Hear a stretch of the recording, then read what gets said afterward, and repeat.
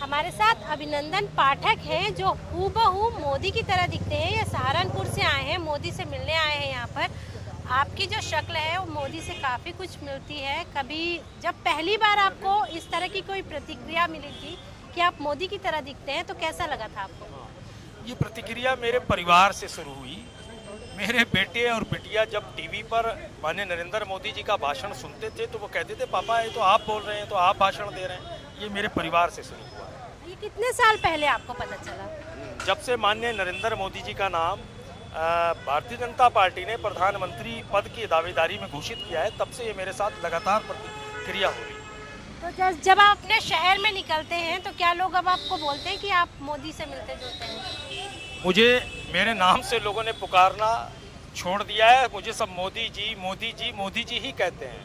कभी मुलाकात हुई आपकी मोदी से? जी नहीं, मेरी कभी उनसे साक्षात मुलाकात नहीं हो पाई है। अगर मिलेंगे तो सबसे पहले क्या कहेंगे आप और क्या सुनना चाहेंगे उनसे? देखिए, मैं उनका भक्त हूँ। मुझे उनसे ज़्यादा मिलने की वो भी नहीं है। मैं तो उनकी सेवा में लगा हुआ हूँ। उनके प्रेम, उनकी मूर्ति तो मैंने हृदय में बसा रखी है।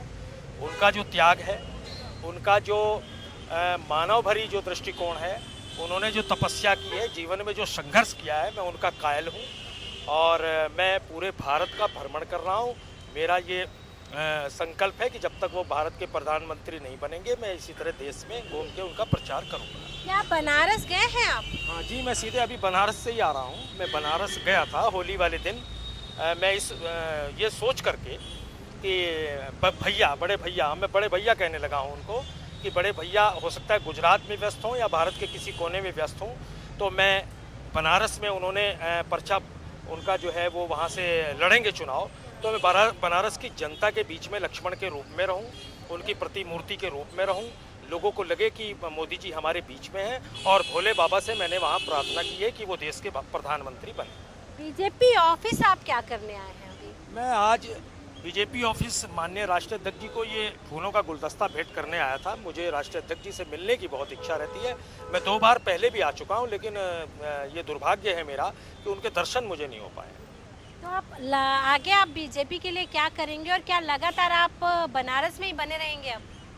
देखिए, मेरा बीजेपी से ज़्यादा वो नहीं है। मेरा सीधा सीधा कहना है, मैं नरेंद्र मोदी जी का भक्त हूँ।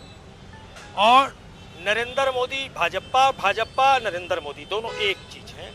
लेकिन मैं जो सेवक हूँ, और आज जो जनता चाहती है वो माननीय नरेंद्र मोदी जी, हर हर मोदी, घर घर मोदी, और मोदी मोदी मोदी मोदी। मैं भी भजन भी मैं मोदी जी करता हूँ। आपको एक बड़े नेता के बहुत सारे प्रतिरूप हो तो उसके पक्ष में जाता है कि विपक्ष में जाता है?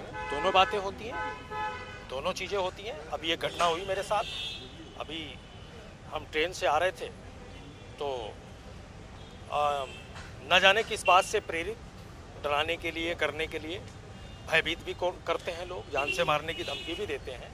तो हमने अपने बेटे को फ़ोन किया कि बेटे, ये जो हम यज्ञ कर रहे हैं और निरंतर जो हमारा प्रयास है मोदी जी को प्रधानमंत्री बनाने की दिशा में, अब बेटे आप जवान हो गए हो, अगर हमारी हत्या हो जाती है तो आप इस क्रम को उठा के आप जारी करें। बोले पापा ठीक है, जैसा आप कहेंगे हम करेंगे। जी हाँ, तो जो जज्बा है वो जान तक दे देने का है। सिर्फ शक्ल नहीं मिलती, इनकी आवाज़ भी काफ़ी मिलती है। और नमो के भक्त हैं ये, भाजपा के भक्त नहीं है। और नमो का हर हाल में हर तरह से साथ निभाने का वादा कर रहे हैं। कैमरा पर्सन रघु के साथ नीलम शुक्ला, TSN न्यूज़, दिल्ली।